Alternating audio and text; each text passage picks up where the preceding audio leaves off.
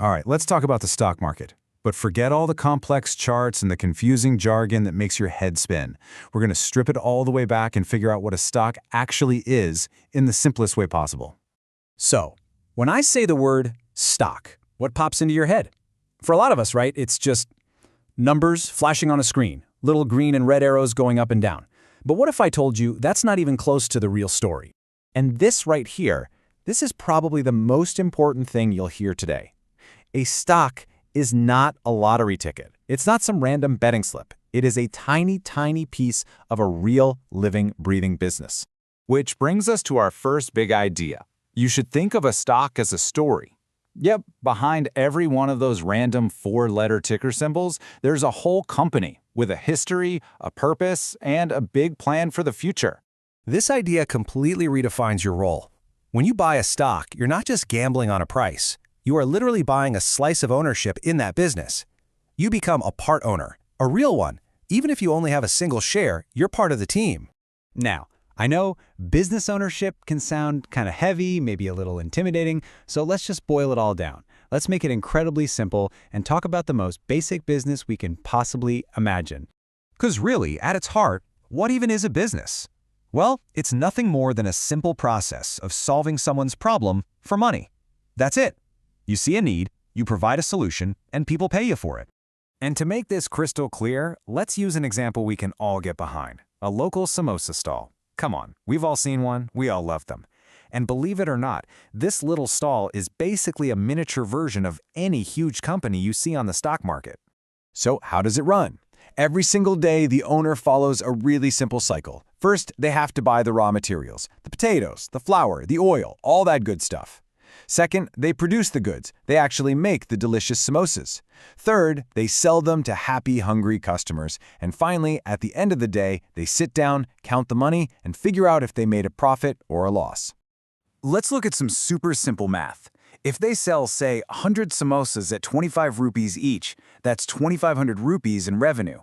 Now, their cost for the ingredients and everything else come to 1,600. The difference between those two numbers, 900 rupees, that's the profit. That's the money left over after all the bills are paid. Simple, right?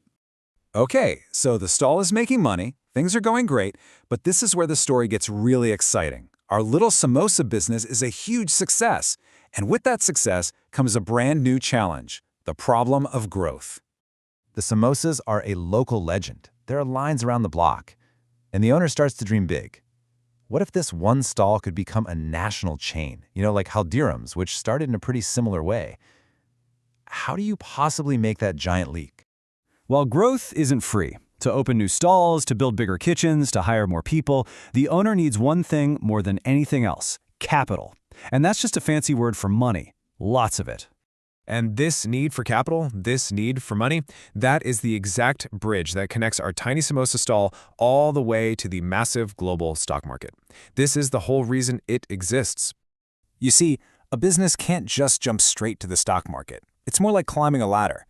It usually starts with the founder's own savings. Then maybe they'll ask friends and family for some help. As they get bigger, they might find angel investors, and then even bigger, venture capitalists. The final, massive step on this whole journey is the IPO, which is their ticket to the public market. So what in the world is an IPO?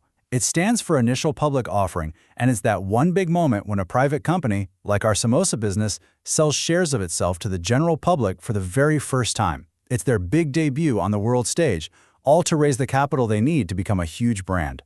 Here's a really easy way to think about this. Imagine you're buying cricket tickets. Buying a stock in an IPO is like getting your ticket straight from the official vendor, like Book My Show. The money goes directly to the company. But most of the stock trading you hear about every day, that happens on the secondary market. That's like buying that same ticket from a friend who's reselling it. The money just goes from you to your friend. The company doesn't see any of it. This distinction is absolutely key. Okay, so we've covered the what, the why, and the how. But honestly, the most important part of all of this is the mindset you bring to the table. And there are really only two ways to approach it. On one side, you've got the gambler's mindset. This person only cares about the price. What's the price today? Will it go up or down tomorrow? What's the chart pattern telling me? But on the other side, you have the business owner's mindset. This person asks completely different questions. What does this business actually do? How do they make money? Who are their competitors? They're investing in the business, not just the price. And here is the crucial point of this whole explainer. Long-term success generally comes from thinking like a business owner, not a gambler. You're investing in the future of a real company, not just betting on a price that zips up and down. So that brings us to the final question I want to leave you with. The next time you look at the market, what are you going to see?